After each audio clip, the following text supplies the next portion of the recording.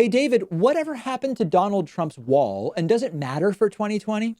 So, all you need to know is that Trump is claiming he did it. Trump is claiming he did it. Now, you might remember when he was running, Trump's promise was by the end of my first term, we'll have a wall across the entire US Mexico border. That was never going to happen. Trump also said Mexico would pay for it. That was never going to happen. And none of it has happened. Trump has been able to finagle getting about, looks like 150, 160 miles of wall starting to be built, some of which will be completed by November. But what you need to understand is despite that obviously being a failure by Donald Trump to do what he promised to do, he's going to claim victory and a lot of his followers are going to fall for it. So, first of all, there will be very little fact checking of Trump about you promised a wall across the entire border. What the hell happened? If it happens, Trump will say, listen, Democrats got in the way, coronavirus got in the way, and I built what I was able to do. If it weren't for Democrats, I would have built the whole thing, but we've had a huge success.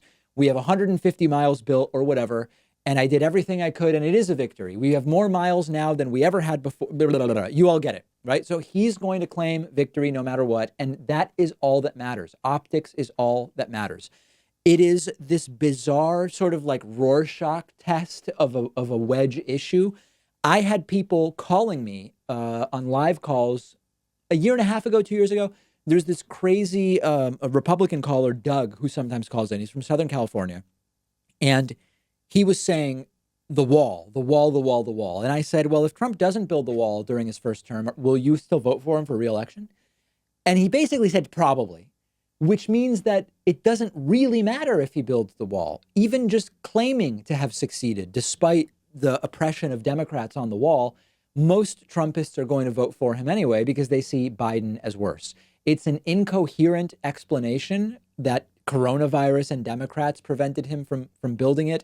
Republicans have also gotten in the way of giving him the funding that he wants. We've talked about all of that, but the 2020 election is going to be primarily a referendum on the state of the economy at the time and what that means about Trump's management of the country.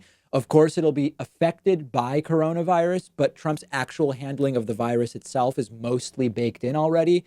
It will be a matter of, do we have a sort of ebb between the waves that helps Trump in November or not? I don't believe that the wall is going to be a factor in any way. People who are against the wall are probably already not voting for Trump.